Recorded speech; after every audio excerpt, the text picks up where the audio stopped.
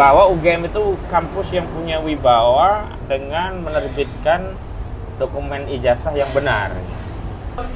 Assalamualaikum warahmatullahi wabarakatuh. Waalaikumsalam warahmatullahi wabarakatuh. Teman-teman semua, beberapa waktu yang lalu kita mendengar kabar bahwa ada BEM KM UGM, BEM Keluarga Mahasiswa UGM yang diketuai oleh Tio Ardianto. Beliau melayangkan mosi tidak percaya kepada UGM yang hari ini dipimpin rektornya oleh Ibu Ova Emilia. Nah, Tio ini ketika dihubungi wartawan, saya bacakan di Tempo ya. Beliau menyampaikan bahwa situasi bangsa yang bahaya dan mengarah pada kehancuran, kami ingin UGM menyelamatkan rakyat. Nah, ini kata Tio. Kemudian dia menyampaikan bahwa UGM mestinya turut bertanggung jawab dengan menegaskan keberpihakannya. Nah, di dalam kasus ini, di Sitio ketika Senin 26 Mei 2025 kemarin menyampaikan bahwa kekuasaan hari ini yang dipimpin oleh Pak Prabowo dan Gibran Raka Buming Raka itu semata juga adalah melanjutkan apa yang kemudian sebelumnya dipimpin oleh Jokowi. Jadi seharusnya pihak UGM itu bersama rakyat. Jadi jelas posisinya bukan bersama Pak Jokowi. Nah, kalau kita lihat pernyataan-pernyataan seperti ini, Bang Ahmad Rosinuddin, apakah ini ada kaitannya juga dengan kasus skandal ijazah Jokowi di UGM? Iya, kalau kita baca ya kronologis dari peristiwa itu kan bermula keinginan mahasiswa untuk bersikap pada UGM, lalu BEM tadi ya, Badan Eksekutif Mahasiswa Keluarga Mahasiswa UGM terkait kondisi bangsa. Ini dengan menyatakan mosi tidak percaya kepada pemerintah, ya, agar menjadi penanda bahwa UGM berdiri bersama rakyat, bukan justru menjadi penjaga kezaliman kekuasaan. Betul. Namun setelah terjadi dialog dengan Rektor UGM, Ova Emilia, ternyata UGM tidak memenuhi tuntutan itu dan hanya memberikan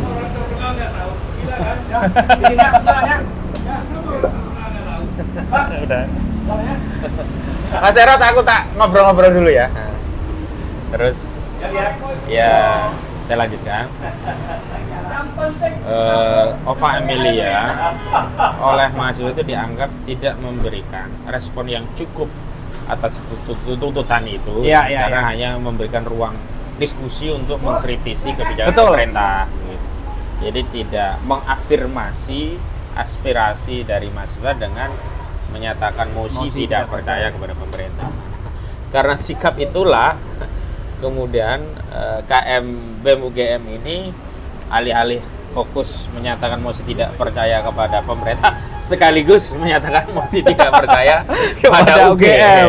Nah, yang menarik, rentetan ketidakpercayaan itu argumentasinya tidak saja soal kinerja Prabowo Gibran yang disorot ya. Misalnya ya terkait makan siang gratis dan yang lainnya, tapi juga ada legacy Jokowi dalam pemerintahan keterpilihan lah dengan Prabowo Gibran.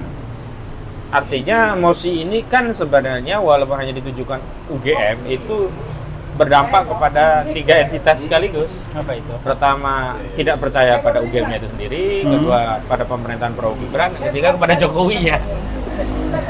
Jadi ini satu pukulan yang menyasar kepada tiga entitas begitu. Dan ini juga kalau kita dikaitkan dengan isu ijazah palsu, skandal ijazah palsu, jadi ada kait berkelindan ya antara ketidakpercayaan pada kekuasaan karena faktor saudara Joko Widodo dengan kasus ijazah saudara Widodo.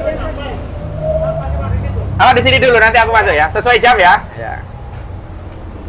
Nah, kenapa? Karena hari ini juga saudara Joko Widodo dirundung skandal dugaan ijazah palsu.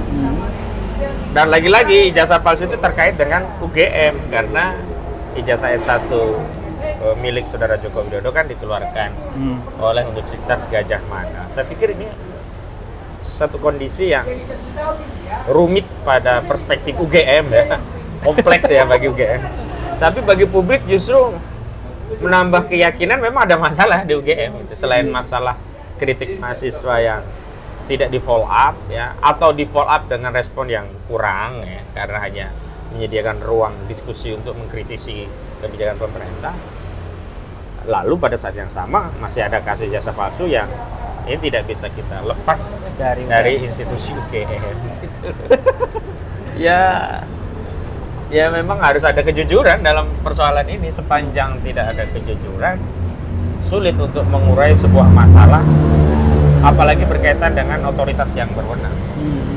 Kan kadang-kadang kebenaran itu dipaksa tunduk pada otoritas, bukan kepada sejatinya kebenarannya seperti apa sih.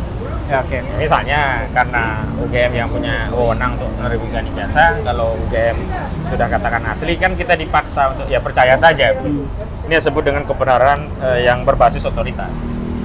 Karena kalau kita bicara kebenaran material itu kan tidak saja dari aspek otoritas yang mengeluarkan, tapi bukti terhadap dokumen itu dikeluarkan secara sahih, itu kan yang ditunggu oleh publik. Betul. Itu ya betul.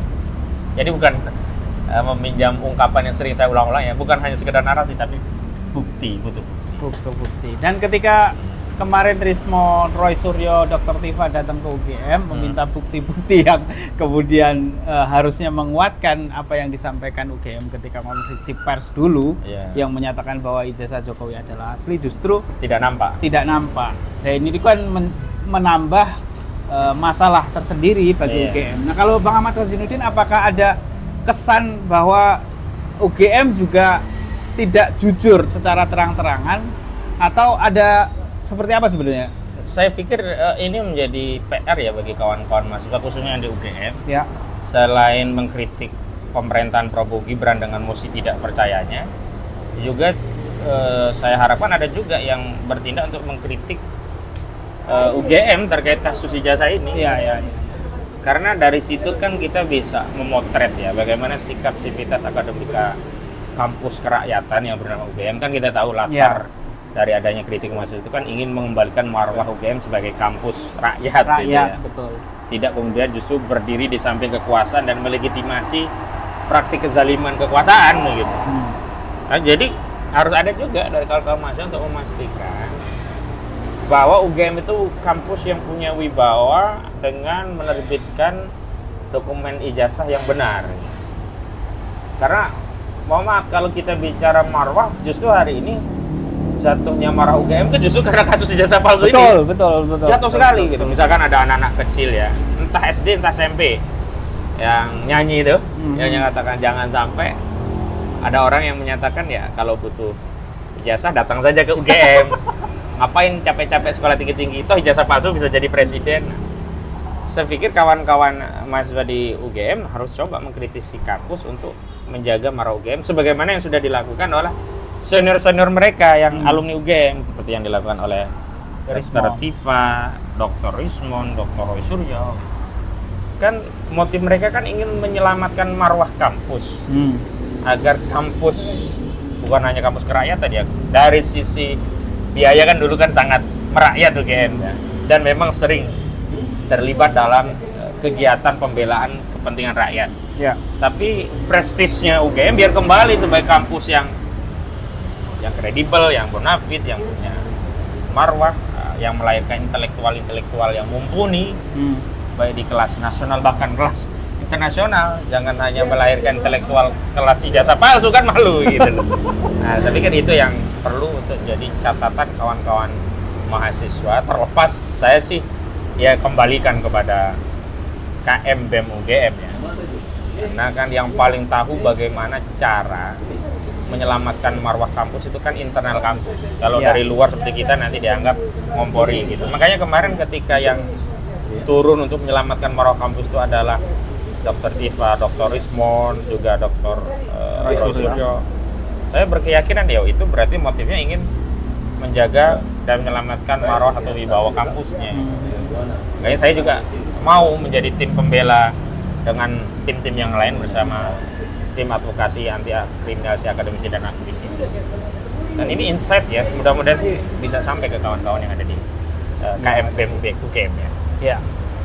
Dan kalau kita perhatikan ini akan jadi presiden yang sangat buruk jika ini dibiarkan ya.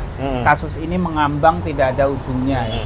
Khususnya bagi UGM itu sendiri. Karena UGM dulu pernah menjadi, saya ingat dulu menjadi salah satu kampus yang terbaik di se-Asia. UGM itu dulu. Sehingga orang-orang luar negeri, orang Malaysia, orang Singapura, orang Brunei itu kuliah ya di UGM. Di Yogyakarta. Tapi hari ini dengan adanya kasus ini menjadi dalam tanda kutip ya terdegradasi lah. Kemudian kampus UGM ini. Nah, maka perlulah saya pikir apa yang disampaikan Bang Ahmad Fazinuddin tadi untuk justru dari teman-teman mahasiswa di kampus UGM mempertanyakan ini terhadap kampusnya, dan kalau perlu seperti apa yang dilakukan Bang Rismon dan Pak Roy Suryo dan Dr. Tifa, ya tanya langsung kepada Fakultas Kehutanan, kepada siapa tahu kalau dengan alumni tidak ditunjukkan, dengan kawan-kawan mahasiswa bisa ditunjukkan. Betul. Kita kan harus prasangka baik. Betul. Dan Bang Ahmad Fazinuddin, sebagaimana kita ketahui bahwa Pak Jokowi ini kan memimpin 2 periode 10 tahun. Dan di masa kepemimpinan Pak Jokowi ini ada rektor UGM yang waktu itu masih menjabat. Yaitu Pak Pratikno. Pak Pratikno. Dan ini menguatkan dugaan publik bahwa ini terkait Pratikno. Jadi saya makin tergelitik melihat apa benar beliau ada keterlibatan dalam kasus ini. Karena tadi waktu saya diskusi podcast di Forum Keadilan TV yang dimoderatori oleh Bung Reza Indragiri, di mana ada kuasa hukum Saudara Joko Widodo, Bung Rifai Kussumanegara tadi sempat mengutip bahwa dalam proses sebelum Saudara Joko Widodo mengambil keputusan melaporkan kasus ini ke Polda Metro Jaya, ternyata dalam forum diskusi tadi ada Pratikno. Dan Pratikno juga menyampaikan usulan, ya kan, kata Pratikno, apa tidak sebaiknya kita tunjukkan ijazah itu. Yang kemudian analisa dari tim menyatakan, oh nggak perlu, nanti khawatir blunder. Nah tadi saya pertanyakan dalam forum, apa kompetensi Pratikno dalam kasus ini? Ini kan ijazahnya Jokowi, bukan ijazahnya Pratikno. Dan Pratikno itu kan menteri, nggak ada kaitannya dengan Jokowi. Harusnya Pratikno ngurusi apa yang menjadi mandat Saudara Prabowo Subianto selaku atasannya, ini presiden. Kenapa ikut? Kalau bahasa orang Jawa kok wong legan golek momongan, ikut sibuk ngurusi kasus ijazah palsu itu apa kepentingannya? Ya. Dan kalau kita baca ya di sosial media itu kan di antara narasi yang beredar itu kan ada peran Pratikno dalam kasus ini ya. Ya lagi-lagi tadi di dalam forum yang lain ya saya sudah sebutkan memang butuh kejujuran gitu. Ya terlepas bahwa kejujuran itu pahit, katakanlah demikian. Kejujuran itu terlambat katakanlah demikian, tapi lebih baik terlambat daripada tidak sama sekali, dan itu berdampak pada ya UGM bahkan bangsa Indonesia ya. Saya pikir kalau kasusnya itu, dan kalau kejujuran itu juga dimulai dari UGM itu akan lebih baik. Dan saya pikir kawan-kawan mahasiswa punya peran untuk menstimulus agar muncul misalkan Pak Kasbujo lainnya gitu loh. Dengan mendatangi rektorat menuntut hal yang sama seperti yang disuarakan oleh senior mereka ya, Dr. Roy Suryo dan kawan-kawan. Dan harapannya ada semacam insentif bagi orang-orang di UGM untuk berkata jujur. Karena apa? Makin banyak dukungan untuk berbuat jujur. Itu dia. Mahasiswa mendukung untuk berbuat jujur, alumni mendukung berbuat jujur, masyarakat luas mendukung untuk berbuat jujur. Sehingga apa? Ya bisa gitu ya. Oke. Kayaknya cukup ya. Terima kasih teman-teman. Ini sudah asar ya. Ya kita asaran dulu. Kita lanjut di tempat-tempat yang lain. Wassalamualaikum warahmatullahi wabarakatuh. Waalaikumsalam warahmatullahi wabarakatuh.